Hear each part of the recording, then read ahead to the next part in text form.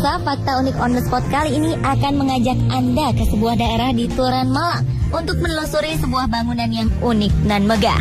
Bangunan ini disebut-sebut sebagai Masjid Tiban.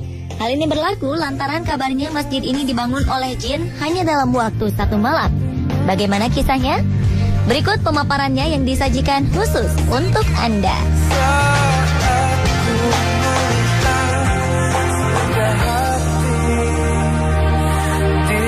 Menurut mitos, bangunan unik dan megah ini merupakan Masjid Tiban yang konon pembangunannya dilakukan oleh bangsa jin dalam 1 malam.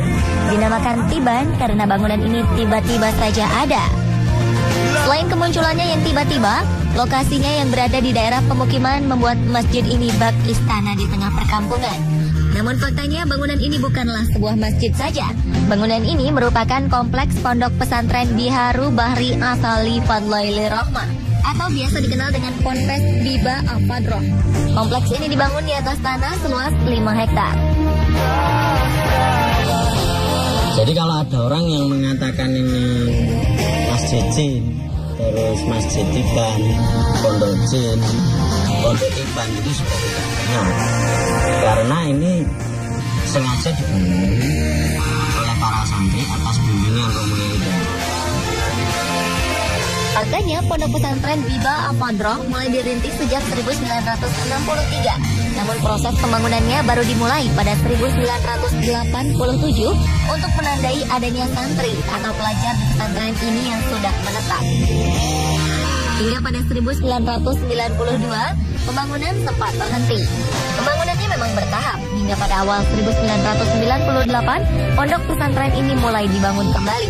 Hingga saat ini, proses pembangunan masih berjalan dan bisa dikatakan baru rampung sekitar 40% saja.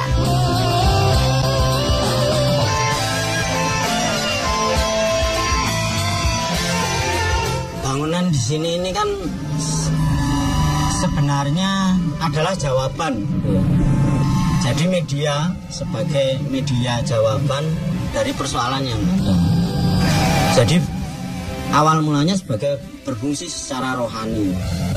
Jadi Romo Yai sebagai arsiteknya, jadi karena yang menentukan tata letak, tata bentuk, tata warna, ini beliau. Kalau sekarang punya ini berdasar istikharah beliau. Nah, beliau ini istikharah dari apa? Dari masalah yang ada. Pondok pesantren ini merupakan bangunan tanpa perencanaan, rancangan, gambar, dan desain seperti halnya bangunan pada umumnya. Oleh karena itu, wujud bangunan ini tidak memiliki blueprint. Untuk pembangunannya pun tidak menggunakan alat-alat berat dan modern pada umumnya. Para pekerja bangunan ini adalah santri-santri dari Pondok Pesantren Biba Al-Fadroh.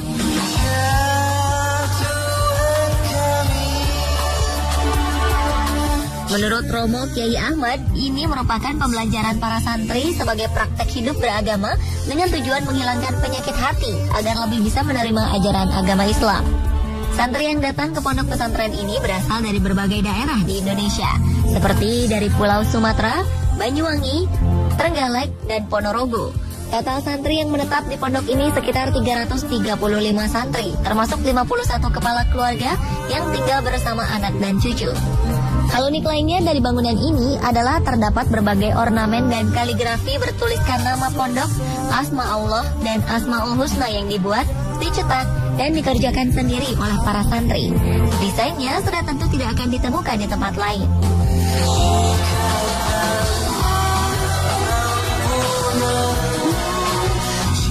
Keunikan lain dari bangunan ini adalah letak lantai ruangan yang tidak beraturan. Hal ini membuat para pengunjung akan tersesat dalam mencari jalan. Namun jangan khawatir, karena beberapa papan penunjuk jalan tersedia di sepanjang jalan, baik di dalam maupun di luar bangunan.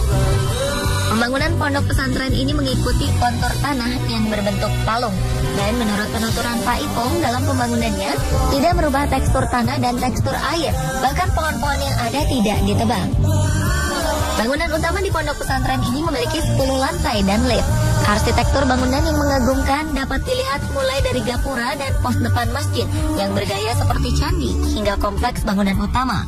Dari pintu masuk kita akan langsung menemukan tempat istirahat pria. Ada hal unik di tempat ini.